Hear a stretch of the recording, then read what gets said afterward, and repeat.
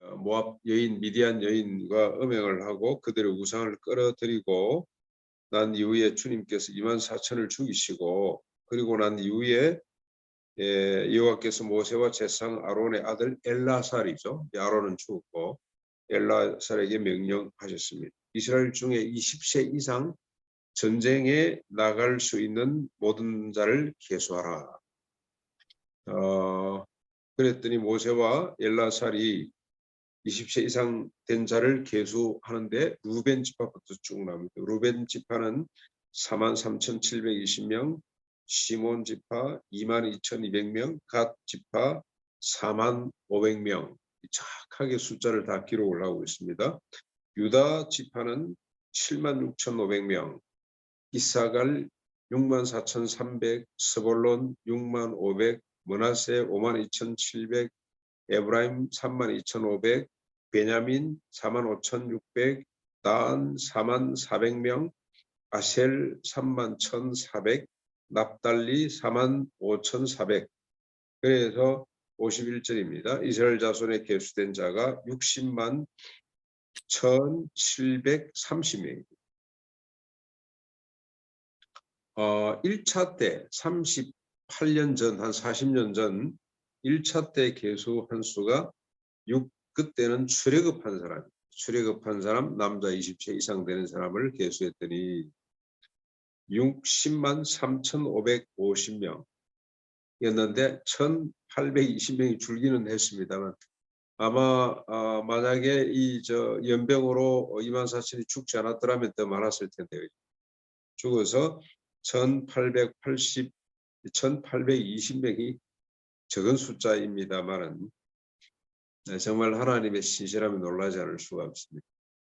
40년 동안 광야를 헤맸습니다.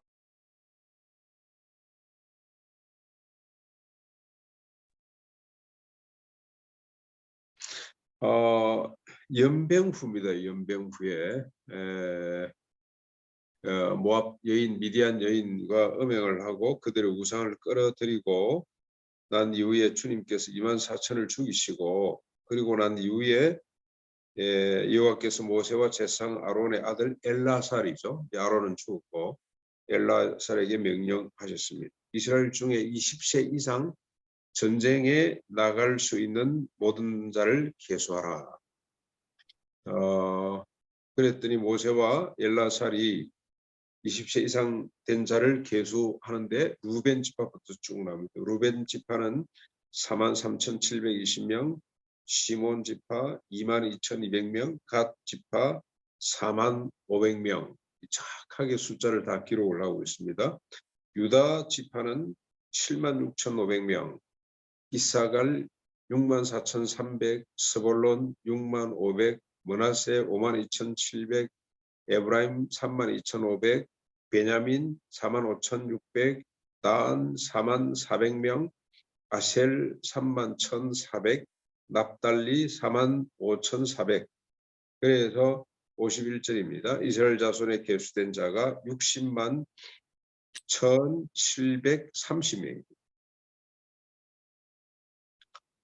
1차 때 38년 전, 한 40년 전 1차 때 계수한 수가 그때는 출애굽한 사람, 남자 20세 이상 되는 사람을 계수했더니 60만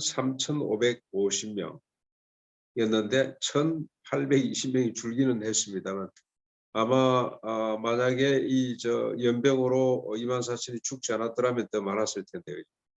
죽어서 1,820명이 적은 숫자입니다만은 정말 하나님의 신실함에 놀라지 않을 수가 없습니다. 40년 동안 광야를 헤맸습니다만 인구가 줄지 않았다는 거, 그게 참 너무 신실한 하나님을 고백하지 않을 수 없습니다. 다 죽었거든요. 여호수아 갈렙, 아직 모세는 살아 있습니다만은 여호수아 갈렙 외에는 다 광야에서 난 자들이 다 죽은 거나 마찬가지인데, 하나님이 20세 미만 그리고 태어난 사람으로 숫자를 여전히 보존하고 계시는구나. 그래서 하나님은 그의 백성들, 하나님의 소원을 이루기 위해서 하나님이 선택하시고 세우신 나라가 어떤 상황 가운데서도 흔들리지 않도록 보존하시는 분이다. 왜 그렇습니까? 하나님의 소원을 이루셔야 되기 때문에. 이 민족으로 하여금 그러니까 60만 정도만 돼도 하나님이 소원하신 나라를 능히 이룰 수 있는 숫자인 것 같습니다.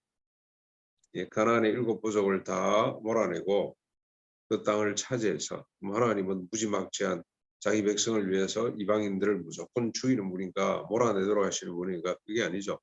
그들의 죄악이 간영되도록 하나님이 기다리셨고 때가 되면 가장 지상에서 악랄하고 척박한 땅이라고 할 수가 있겠습니다. 그곳에서 모세를 통해서 주신 율법대로 살아 열국을 복되게 하는 민족이 되도록 하는 것이 하나님의 소원이죠. 그 소원을 이루시기 위해서는 하나님이 세우신 언약의 백성들을 축내지 않으시는 분.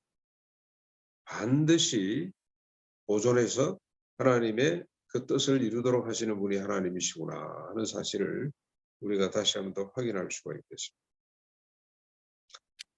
그런데 여러분 어떻습니까? 왜 하나님은 40년 동안 이렇게 광야에서 생활하도록 했을까? 광야를 돌아다니도록 하셨는가? 바로 그냥 보내서 그냥 바로 하시지. 여기에 또 하나님의 큰 뜻이 계시는 것 같습니다. 광야에서 자란 이 세대, 하나님의 뜻을 이루기 위해서는 광야의 영성이 필요했기 때문이죠. 광야의 영성은 뭐겠습니까? 하나님이 하신다는 거예요. 하나님. 모든 것을 하나님께서 하신다. 먹고 사는 것도 하나님. 만나 메추라기를 주시고 반석에서 샘이 솟도록 하셔서 먹고 마시고 입고 자고 하는 모든 것들을 하나님이 해주신다. 다시 말하면 생계를 하나님께서 책임져 주신다. 생계는 인간의 일이 아니고 하나님의 일이다. 가나안 땅에 들어가서는 자기가 농사 지어서 먹었지 않습니까? 그런데 여러분 농사를 지어보니까 우리가 깨닫게 되죠. 고백하지 않을 수가 없습니다. 농사를 지어서 거두는 것이나 아침에 나가서 만나를 거두는 것이나 꼭 같습니다. 꼭 같습니다. 농사 우리가 조금 수고했는데 무지막지하게 나옵니다. 이건 만나를 거두는 신비를 그대로 우리가 농사를 통해서도 경험할 수 있고 고백할 수가 있습니다. 그래서 사실 이 농사를 지어본 사람들은 쌀 한 톨을 아낄 수밖에 없다고 하는데요. 식탁 하루에 3끼 식탁에서 하나님의 은혜, 하나님의 살아계심과 하나님의 위대하심을 하나님이 손으로 하시는 일을 고백하지 않을 수가 없습니다.